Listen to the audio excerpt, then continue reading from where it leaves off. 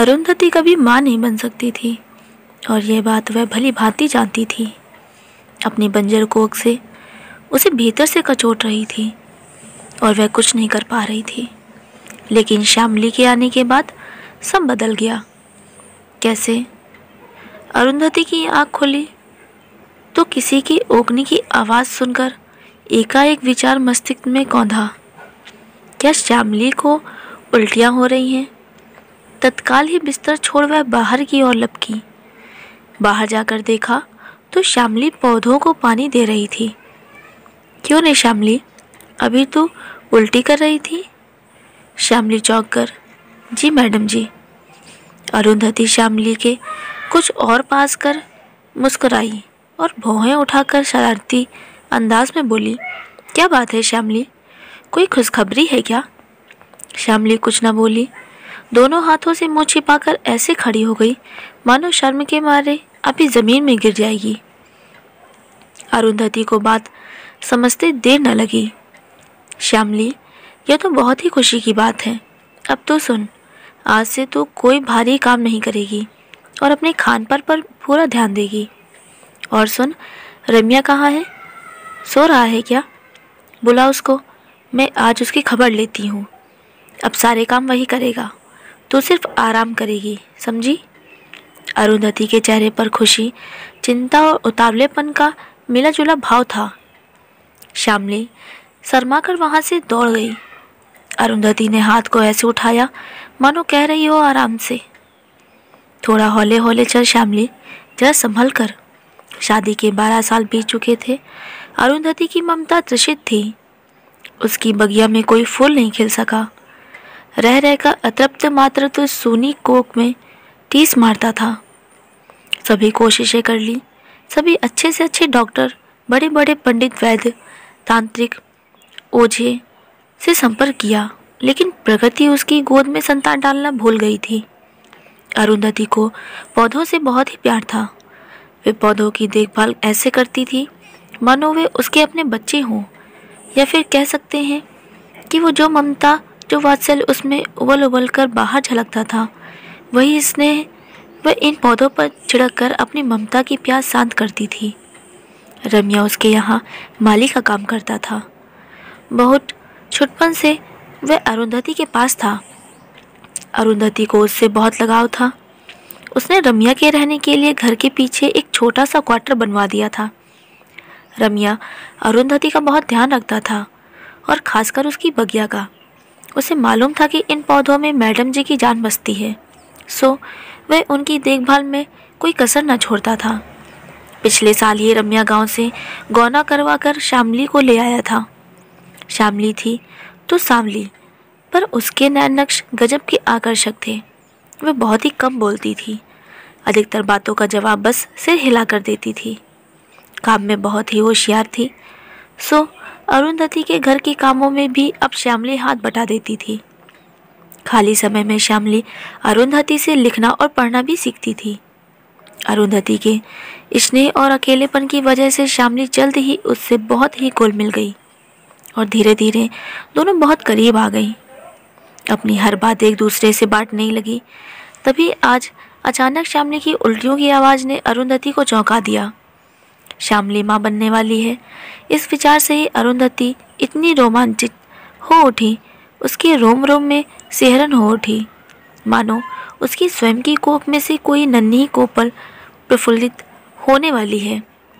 शेखर, अरुंधति अपने पति से बोली। हाँ अरु, कहो क्या बात है? शेखर ने पूछा।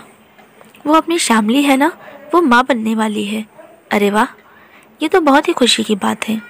शेखर अरुंधति की ओर देखते हुए बोला। हाँ, बहुत ही खुशी की बात है। कितने वर्षों बाद हमारे आंगन में किलकारियाँ गूंजेंगी। नन्हे मुन्ने बहुत ही कोमल, रूई जैसे मुलायम प्यारे प्यारे छोटे से बच्चे को गोद में लेकर छाती से चिपकाने का अवसर आया है। शेखर, है ना? मैं ठीक कह रही हूँ ना? अरुंधति शेखर से बोल रही थी और शेखर जैसे किसी सोच में पड़ा।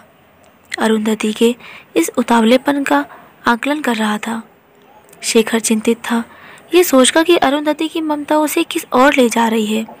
इतना उतावलापन, इतना उस बच्चे के बारे में सोचना कहीं अरुंधति के लिए घातक सिद्ध ना हो। पर अरुंधति तो बस बोले ही जा रही थी।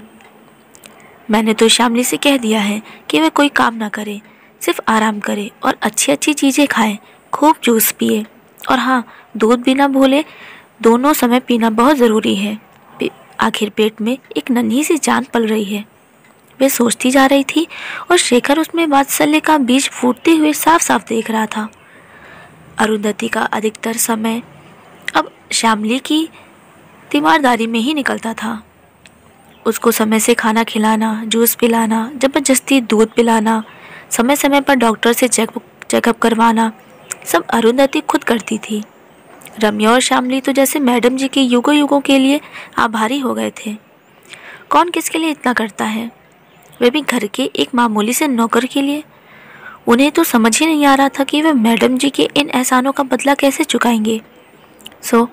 जन्मों में भी इतने प्यार, विश्वास और अकेलेपन का मूल्य नहीं चुकाया जा सकता। आखिर वह समय भी आ गया जिसकी सबको प्रतीक्षा थी। श्यामली ने एक फूल से नन्हे पुत्र को जन्म दिया। सबसे पहले अरुंधति ने उसको गोद में लिया। उसकी आंखों से झरझर आंसू बह रहे थे। बच्चे को उससे छाती से चिपका रखा। उसे महसूस हो रहा था कि उसकी छाती से दूध की सहस्त्रों धाराएं फूट पड़ी हैं। लाइए मैडम, बच्चे को उसकी माँ को दें ताकि वह बच्चे को स्तनपान करवा सके।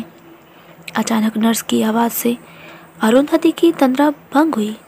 हाँ हाँ कहकर अरुंधति ने बच्चे को श्यामली की बगल में लिटा दिया और जैसे किसी स्वप्न से जागने के एहसास ने उसको हिलाकर रख दिया। वह बहुत ही भारी मन से लड़खड़ाती हुई कमरे से बाहर निकल आई। शेखर बाहर ही खड़ा था। उसे जिस बात का अंदेशा था वह घटित हुआ। शेखर ने अरुंधति को कमर से पकड़कर गाड़ी में बिठाया और घर ले आया। अरुंधति शून्य में थी, कुछ बोली नहीं। शेखर ने भी कोई बात नहीं छेड़ी क्योंकि वह भली भांति जानता था कि इस समय अरुंधति के मन में क्या चल रहा है। 3 दिन गुजर गए। अरुंधति ने स्वयं को संभाल लिया था। वह रोज श्यामली से मिलने अस्पताल जाती, कुछ देर बच्चे के साथ खेलती, प्यार करती और घर आ जाती। कल श्यामली अस्पताल से घर आने वाली थी।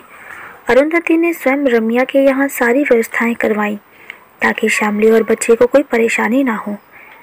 ऊआ ऊआ आवाज़ कानों में पड़ते ही अरुंधति की नींद खुली। अरे ये क्या, श्यामली घर आ गई? अरुंधति बिस्तर से लगभग भागती हुई उठी और तीर की गति से बाहर निकली। लपक कर रम्या के घर की तरफ दौड़ी। अरे यहाँ तो ताला पड़ा है, फिर श्यामली कहाँ? कहीं घर में तो नहीं? वे अपने दरवाजे की ओर लपकी, लेकिन उसे फिर बाहर से ही बच्चे के रोने की आवाज़ सुनाई दी। वे बाहर निकलकर बेचैनी से इधर उधर नजरें दौड़ाने लगी। तभी उसे बगिया में कुछ हरकत सी महसूस हुई। वे तुरंत उस ओर दौड़ी। जाकर देखा तो वहाँ फूलों के बीच श्यामली का बच्चा लेटा हुआ था। ऐसा लग रहा था मानो अभी अभी एक नन्हा सा नया फूल खिला है। अरुंधति ने उसको देखते ही गोद में उठा लिया और बोली, ये रम्या और श्यामली क्या पागल हो गए हैं जो इस नन्ही सी जान को यूँ जमीन पर लिटा कर दिया? वह पलटकर आवाज़ देने ही वाली थी कि बच्चे के हाथ में एक कागज़ का टुकड़ा देखकर रुक गई और उस कागज़ के पुर्जे को पढ़ने लगी। मैडम जी, ये आपकी बगिया का फूल है। हम तो माली थे, हमने बीज लगाया था, परंतु इस बीज को प्यार और ममता से सींचा आपने।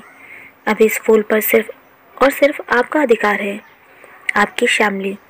अरुंधति काँप रही थी, उसकी आंखें अविवल बह रही थीं। बच्चे को छाती से कसकर चिपका कर मानो वह पूरे वेग से चिल्लाई, शेखर देखो, मैं बंजर नहीं हूँ। यह देखो, फूल खिला है, मेरी बगिया का फूल, श्यामली का फूल।